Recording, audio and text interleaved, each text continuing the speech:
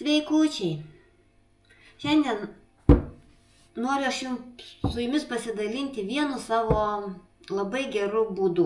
Būdu, kaip pasišildyti mėsytę. Vakar kažkaip užsidirbau, užsilakščiau ir užmiršau šiandien pietum iš kameros išsimti mėsytę. Man tai tankiai būna. Tai aš visada anksčiau šildydavau mikrobanginiai krosneliai, bet jinai man nepatikdavo, jinai apšyla, pabaltuoja kraštai. Paskui dar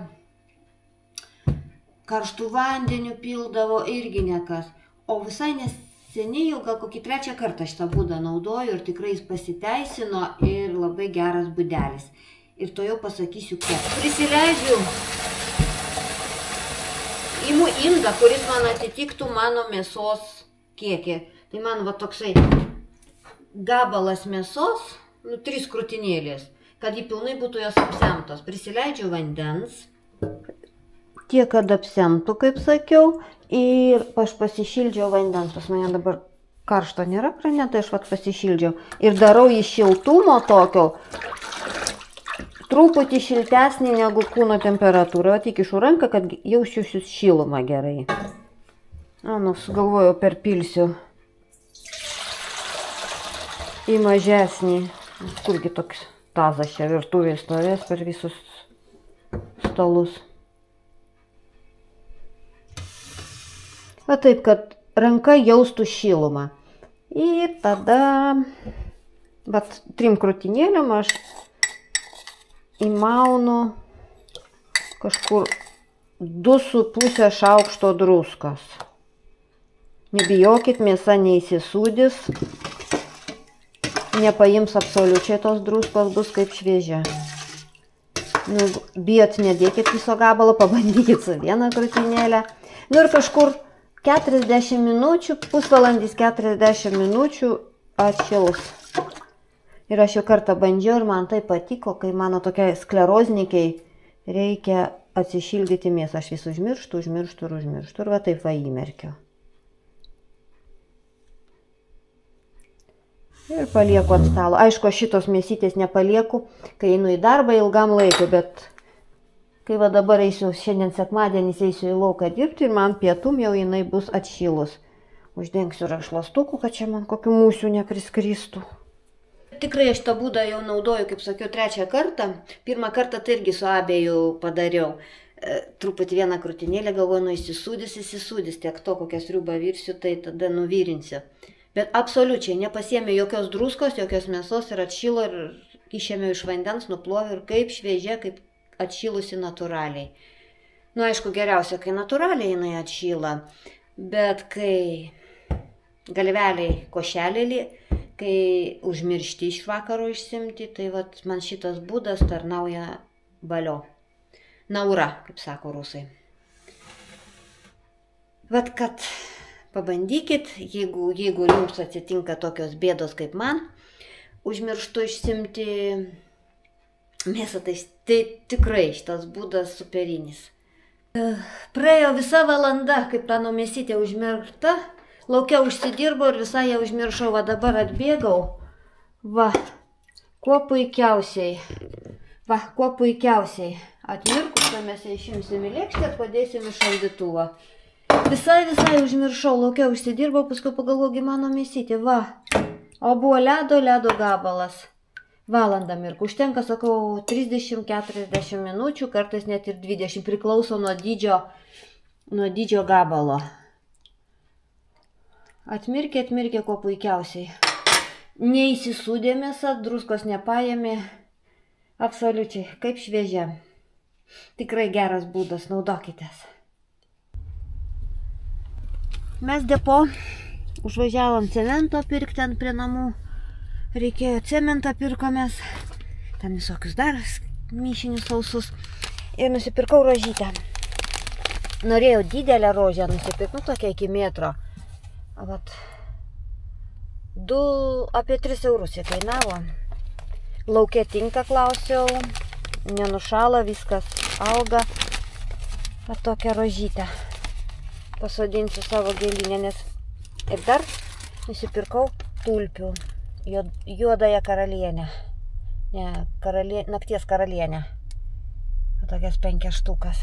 Irgi virš 2 eurų. Ten buvo dar buvo tulpių 40 vienetų už beveik 13 eurų. Tai aš pagalvoju, kad man tiek jau nebereikia, mes jau daug turim. Ir dar ieškojau rožių. At kaip sakiau, radom tokias, bet nepatiko man tos rožės. Tokios smulkios, vijoklinės visokios, nesuprastos. Tai pasižiūrėjome ten stovint prie rožių internete, kad geriau atsisiųsti jau konkrečiai iš tų gėlynų. Iš želdinimo gėlynų jau tokios būna kaip tikros rožės, ant vieno stiebo, dideli žiedai. Ir va dar tokią rožytę pasisodinsiu kieme. Reikia tą gėlyną formuoti.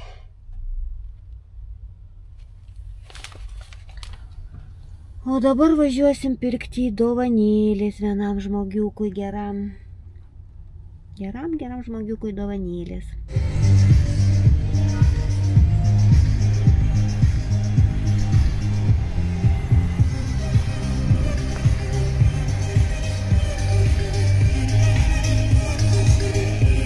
Čia kažkoks tai vaikams žaidimų parkas, o mes einame į Vikingus.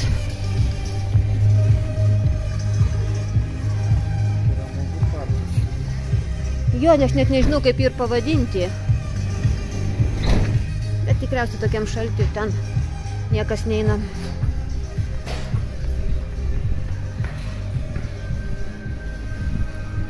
O mums reikia į šitą pusę. Duodamės po Rimi parduotuvę, ieškom takinį pastos.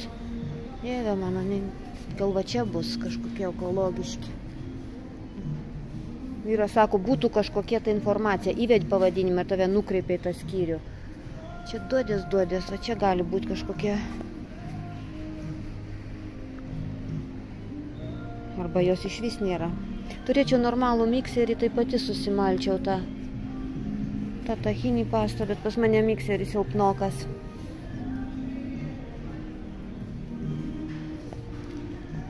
Viršūnė. Vyras surado kiaušinių pigesnių. Dabar Lietuvoje kiaušiniai ogogo kaineliam. Ir vasarą gyvištos lauke. Nežinau, Ir pasimkim. Mažučiai, čia ne mažučiai. Kad? Mažučiai. Bet vis. Reikia dėžutę paimti. Sakė, pastos nėra, tik sėklos. Bandysim malti, gal kaip nors pavyks.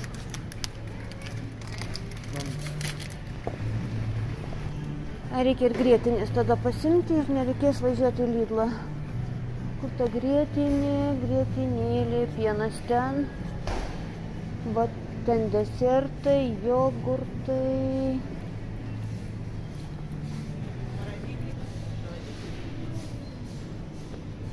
Ai, va, radau grietinę.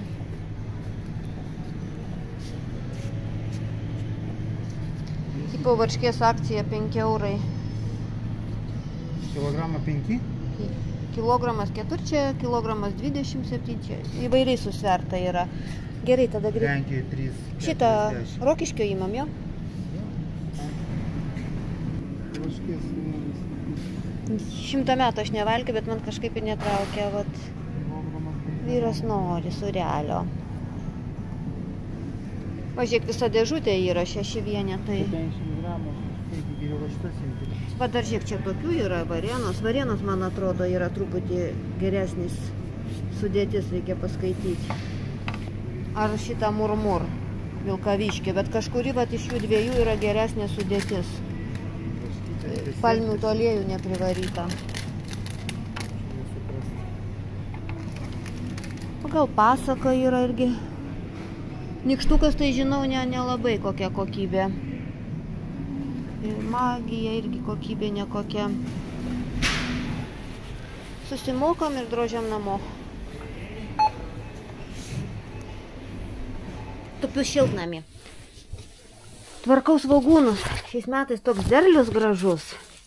O, kokie dideli, man pas mane retai užauga tokie dideli, bet šiais metais tai padžiugino. Ir vakar nors lyjo lietus, bet roviau. Galvojau, supūdys mano svogūnus ir mama paskambino, sakė, rauk vaikelį, nes tau supūs tokiai drėgniai. O jie žali, palaiškai žali, bet vis tiek roviau, nes jau nebelaukiau. Dabar nupjaustau, sutvarkau ir džiausiu. Džiausiu šiltai. Va, kaip džiugina toks derlius svogūnų. Būdavo va tokie, nu va pats didžiausias gal būdavo toks. Dabar tokie kamuoliai.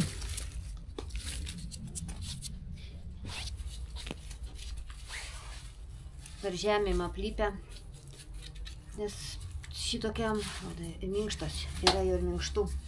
Tokioj drėgmėj augia, tai čia aš nežinau, reikia gerai išdžiovinti juos, kad jie žiemą įstovėtų. Aš visada, kai tvarkau svogūnus, aš prisimenu savo bobutę. Ji visada sakydavo, oi, svogūnai neturi kailinukų, bus šilta žiema. Nu, palyginu šiais metais irgi svogūnai neturi kailinukų. Nors bendrai šitą teorija jau nepasiteisina, nes mūsų seneliai, tėvai augino visai kitas kultūras, visai kitus daržovės ir pagal jas spręsdavo. O pas mus dabar tokių prikultūrinta, privesta naujų veislių, tai nelabai ir spręsi. Nu, bet jeigu tikė, tai turėsim šiltą žiemą. Aš jau nebenoriu šiltos. Jeigu šilta žiema ir tokia vasara, tai fe. Nors visai neseniai kažkur tai žiniuose straipsnis praplaukė. Bus labai šalta žiema. Bus šiais metais labai šalta ir snieguota žiema, skaičiau. Kažkur tai praplaukė, nežinau, ar Delfi kažkur ten va tokia žinutė. Nuo gruodžio vidurio, kai ateis sniegai, tai sakė, laikysis, net vietom gali būti žiemą iki 30, o taip minus 20 laikysis. Nežinau. Man tai geriau, kai savo laiku kiekvienas laikas išsidūksta, atšala, atsninga. Ir vasara tada kaip vasara, ir žiema kaip žiema, ne su basanoškėm vaikštai žiemą. Ir nešalta. Agronomas atėjo. Apžiūrėti visą ūkį reikia, kada agurkai nudžiūvė, sakė, ką tu čia dirbi. Jau toks rankinis pasidarė, naminukas. Nors ant kelio dar nelabai mėgsta sėdėti, bet jau namuose nakvojam, jau išmokom į dėžutę eiti. Taip, taip, smakutį, taip. O, uodega. Va taip, tokie mano ūkiniai reikalai. Smakiau. Smakutį. Ar tiks mums šitą gėlytę ten pasodinti? Tiks? Nu ir pasodinkim tada, jeigu tau jau tinka agronomui šitam.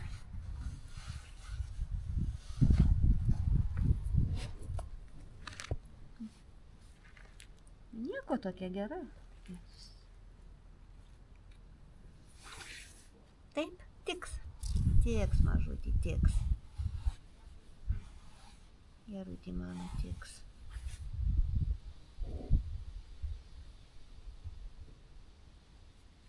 Čia, aš su pagalbininku dirbu. Davė dabro reikia sodinti. Neduotų, nesodinčiau. Ūsai į priekį. Taip.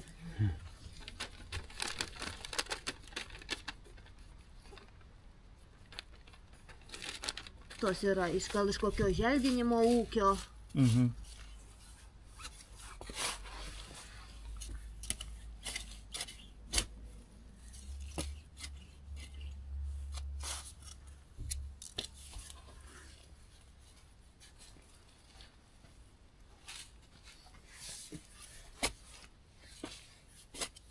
Žemė drėgna, nepilsiu vandens. Kiek lietaus? Čia, kastuvėlio tau reikia.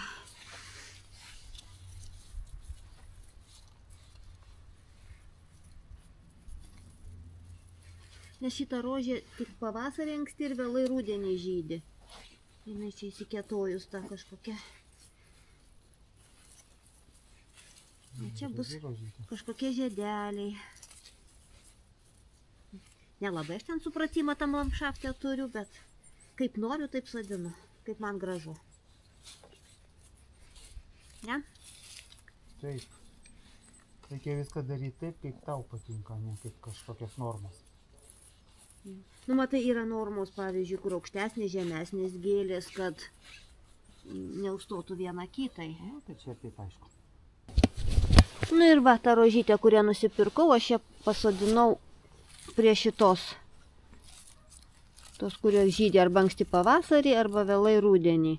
O kad žiemą truputį, žiemą, vasarą kažkas arba rudeniop dar būtų žiedelis, tai čia. Ir vakar labai pasigailėjau, kad dar vieno va į šitą vietą nenusipirkau. Bet būsim dar toj depo parduotuvėje, tai pasimsim. Nes vyrui patiko šita spalva, o man tokia truputį kitokia, galvat. Nu, nupirksiu, parodysiu, tokia truputį šviesesnė, irgi labai graži spalva. Ten buvo ir geltonų, ir kokių tik nori spalvų. Jis sakė, gerai žiemoja žiemą, jas galima lauke sodinti, jos be jokių problemų. O čia pasodinsiu. Vis tiek kažkaip reikia planuoti savo gėlyną, kad kažkas jame būtų. O tai toks žolinėlis, čia ne gėlynas, o žolinėlis. Mano kardelis pražydo. Man jos Gabrielė padovanoja, gal motinos dieną, aš neatsimenu, šitos svogūnėlius padovanoja. Ir va, jie dabar žydės pastoviai. Čia šitas, paskui gal ten dar raudonas pražys, ar paskui dar kažkokie spalvų. Net nežinau, kokių spalvų bus. Tad pirmas pražydo ir labai graži spalva. Nu, realiai graži spalva. Tokia ryški gėlyno spalva tokia.